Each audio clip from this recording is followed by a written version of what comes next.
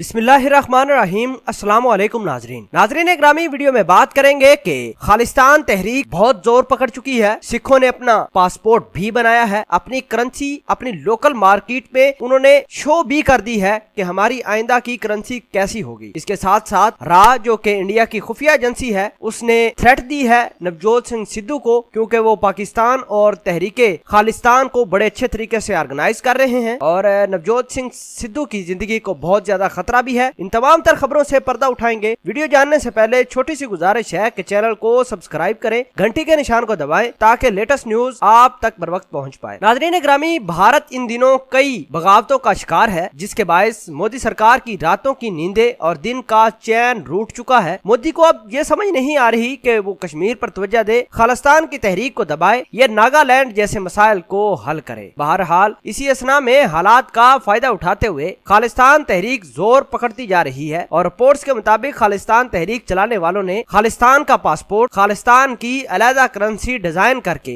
पूरी दुनिया को हैरान कर दिया है। और जो राक एजेंसी है इंडिया की, वो आजकल उन तमाम अफराद को ढूंढने में लगी हुई है जो खालिस्तान के रहनुमा हैं, जिन्होंने ये करेंसी और पासपोर्ट बनाकर पूरी दुनिया को हैरान किया है। नाज़रीन ग्रामी, भारतीय एजेंसी रा को अब बड़ी मुसीबत और तकलीफ हुई है कि ये उनके साथ हुआ क्या है। नवजोत सिंह सिद्धू जो कि पाकिस्तान के बड़े हमायती हैं, उन्होंने पहले ये कहा कि भारत के टुकड़े होने वाले हैं। एक तो खालिस्तान तहरीक बड़ी जोरों शोर से आगे बढ़ रही है और नवजोत सिंह सिद्धू खुद इस तहरीक के बहुत अहम रहनुमा हैं और रा ने उनको थ्रेट दिया है कि वो अपने तमाम तर काम तर्क करके घर में महसूर हो जाएं, वरना उनकी जान को खतरा हो सकता है। नाजरीन ग्रामी, इस तमाम तर सिनेरियो से यह लगता है कि नवजोत सिंह सिद्धू को मोदी सरकार और उनकी रा मारना चाहती है। इस वजह से उनकी जान को खतरा है, क्योंकि नवजोत सिंह सिद्धू एक ऐसे रहनुमा हैं भारत के खालिस्तान तहरीक के, जिन्होंने खालिस्तान तहरीक को एक नई डायरेक्शन दी है। और बताया ये जा रहा है कि जो पासपोर्ट बने हैं, खालिस्तान के करेंसी बनी है, इनके पीछे इनका नवजोत सिंह सिद्धू का हाथ हो सकता है। नाजरीन ग्रामी, आगाह करते चलें कि बहुत सारी सरकारी इमारत पर और जितने भी बैंक्स हैं उनके अंदर भी ये करेंसी